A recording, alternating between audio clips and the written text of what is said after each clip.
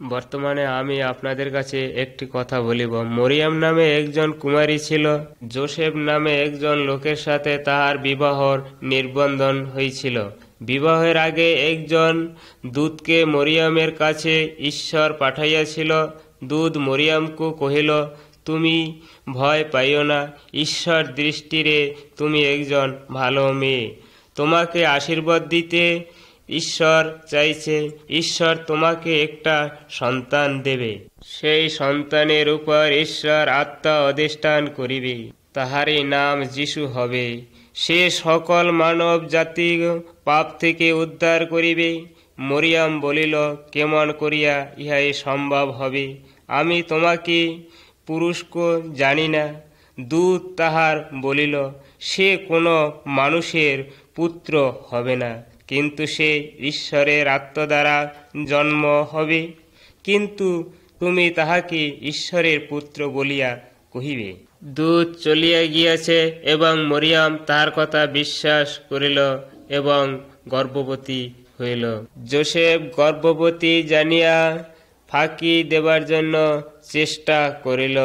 পরে যোসেফের কাছে গেল সে দূত এবং কহিল, মরিয়মের বিবাহ করিয়ার ভয় করিও না, কারণ পবিত্র আত্মা দ্বারা সে গর্ভবতী হইয়াছে। যখন সেই সন্তান জন্ম হইবে, তাহার নাম রাখিবে যিশু, কারণ এই জগতের মানুষকে পাপ থেকে উদ্ধার করিবে। তারপর যোসেফ মরিয়মকে বিবাহ করিল। কিন্তু শিশু জন্ম হবার আগে যোসেফ তার কাছে শুইছিল না। যিশু জন্ম নিল এবং একে একে বড় হইতে লাগিল। যখন তাহার বয়স 30 বৎসর উত্তীর্ণ হইয়া গেল, তখন তাহার মা বাবাকে ছাড়িয়া গ্রামে গ্রামে ঈশ্বরের বাক্য বলিতে লাগিল। সে অনেক রোগীকে ভালো করিতেছে এবং যে কালা সে শুনিতে পাইতেছে, কানা দেখিতেছে। এইরকম যিশু অনেক আশ্চর্য ধরনের কর্ম দেখাইলেন, কারণ এসব আশ্চর্য করিবার মানে সে ঈশ্বরের পুত্র ছিল এবং এই জগতকে রক্ষা করিতে আসিল। এই জগতে কাহাকে ঘৃণা করিল না, সে সবাইকে ভালোবাসিল। সেই এই জগতের মানুষের ভালোবাসিত এবং সে নিজের জীবন দিল। তাহার মৃত্যু দ্বারা আমাদের পাপকে সে মুক্ত করিয়া দিল। প্রভু যীশু পুনর্জীবন ধারণ করিলেন। যীশু আপনার আমার পাপকে মুক্ত করি দেবে। আপনারা সবাই যিশুর কাছে পাপের জন্য ক্ষমা প্রার্থী হন, সে নিশ্চয়ই ক্ষমা দেবে।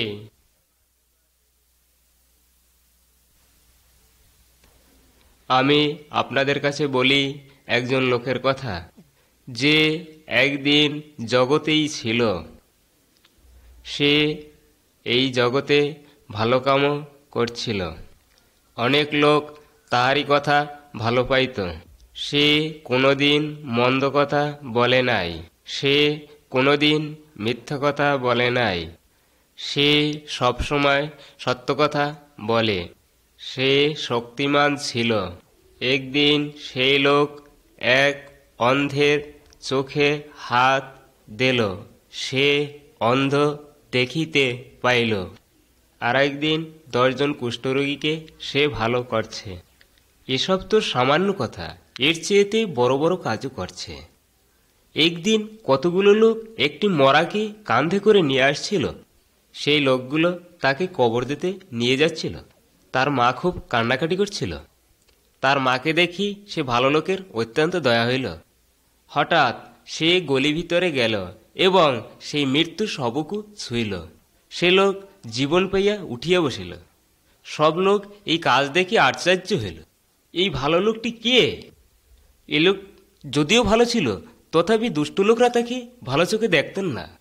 একদিন তাকে ধরিয়া এই দুষ্ট লোকেরা বিচারের স্থানে নিয়ে গেল। তার নামে মিথ্যা কথা বললে। তাকে মারিল এবং তার মুখে স্যাপ দিল। তারপর সে লোকগুলো তাকে ধরে নিয়ে কুশেই টাঙ্গাই দিল। সে মরা পর্যন্ত কুশেই টানানো রইল। সে ভালো লোকটির খুবই শক্তি ছিল, তথাপি এই দুষ্ট লোকদের কিছু সে বলে নাই, কারণ এই দুষ্ট লোকদের জন্য সেই জীবন দিতে আসছিল। হে প্রভু, এরা যে কি করছে, এরা কিছুই বোঝে না, এদের তুমি ক্ষমা করো। এরপরে সে মরে গেল এবং তাকে কবর দেয়া হলো, কিন্তু কবরে তাকে ধরে রাখতে পারল না। আবার সে 3 দিন পরে জীবন পাইল। তার শিষ্যরা তাকেই দেখতে পাইল। তার শিষ্যরা তার সঙ্গে ওঠা বসা করল এবং তার সঙ্গে খাইল। সে স্বর্গে যাওয়ার আগে তার বন্ধু বান্ধবের সঙ্গে কথাবার্তা বলল। সে বলল, আমার কথা তোমরা সমস্ত জগতে প্রচার করো। সত্য সত্য আমি বলিতেছি যে যে আমার কথা বিশ্বাস করে সে অনন্ত জীবন পায়। এই যে লোকটির কথা আমরা বলতেছি, এই লোকটি কে? সে যীশুখ্রিস্ট, যাহাকে ঈশ্বর এই জগতেই পাঠাইছে। ঈশ্বর এই জগৎকে সৃষ্টি করছে, তাই সে সবাইকে ভালোবাসে। তাই এই লোকদের রক্ষা করার জন্য যীশুখ্রিস্টকে পাঠাইছে। যে লোক তাকে বিশ্বাস করে, যীশু তাদের আশ্রয় দেবে, সে লোকদের রক্ষা করবে এবং স্বর্গে স্থান দেবে। যীশু হয়েছে আমাদের একমাত্র মুক্তিদাতা, আমাদের তাকে গ্রহণ করা উচিত। যীশু আমাদের পাপকে নিয়ে যাবে এবং আমাদের মুক্তি দেবে এবং স্বর্গে আমাদেরকে স্থান দেবে। আসুন আমরা সবাই মিলে যীশুকে বিশ্বাস করি।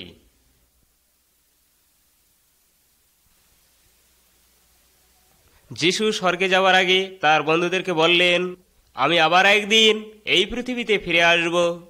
যীশু কোনোদিন মিথ্যা কথা বলে না, আর যা কিছুই বলে সবই সত্য। সে নিশ্চয়ই একদিন এই পৃথিবীতে ফিরে আসবে। ঈশ্বর এই কথা বলে, নিশ্চয়ই দিনে স্বর্গ খুলে যাবে, একদিন ক্লানির ধ্বনি হবে, ঈশ্বরের দূত একদিন মহানন্দে উৎসাহিত হবে। তারপরে যীশুখ্রিস্ট স্বর্গ থেকে এই পৃথিবীতেই আসবে। তারপর এই পৃথিবীর সব লোক তাকেই দেখবে।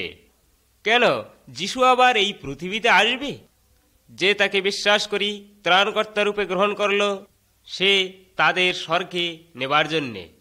যেই লোক তাদের পাপের জন্য যীশুর কাছে ক্ষমা চেয়ে নিল, সে কহিল সে যখন আসবে, যে লোক তাকে বিশ্বাস করি পরলোক গমন করছে, তাকে উঠাবে, আবার সে লোকদের নূতন শরীর দেবে। বাইবেল বলে সে যখন আসবে আকাশে এক মহাগর্জন হবে। যে লোক যীশুকে বিশ্বাস করে মারা গেছে, সে প্রথমেই উঠবে। যীশুর যারা বিশ্বাসী বেঁচে আছে, তারাই একমাত্র তার সঙ্গে যাবে। তারা সবাই যীশুর সঙ্গে স্বর্গে থাকবে। যে লোক যীশুকে বিশ্বাস করে নাই, তার অবস্থা কি হবে? সে লোক মহাশাস্তি পাবে। সে লোক শয়তানের সঙ্গে অনন্ত নরকে যাবে।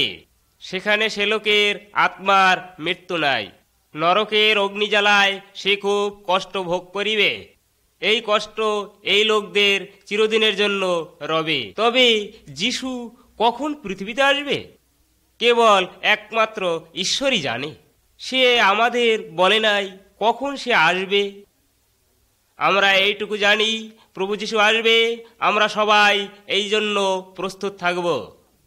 প্রিয় বন্ধুগণ, আপনি কি প্রস্তুত প্রভু যীশুকে দেখার জন্য? আপনি আপনার পাপের জন্য ক্ষমা মাগেন। বর্তমান যীশুকে গ্রহণ করো। যীশুরে বিশ্বাস করলে তার সঙ্গে সব সময় থাকবে। তাহলে তুমি লজ্জা করিবে না যখন যীশু আসবে। তাহলে আনন্দে তুমি যীশুর সঙ্গে স্বর্গে যাবে।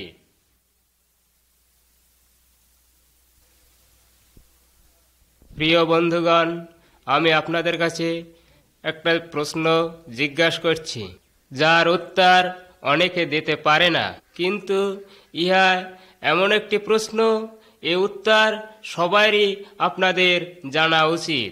আপনি স্বর্গে কি যাচ্ছেন? বাইবেল বলে আমরা ইহা কিপরি জানব? প্রথম আমাদের ঠিক রাস্তায় যাওয়া উচিত।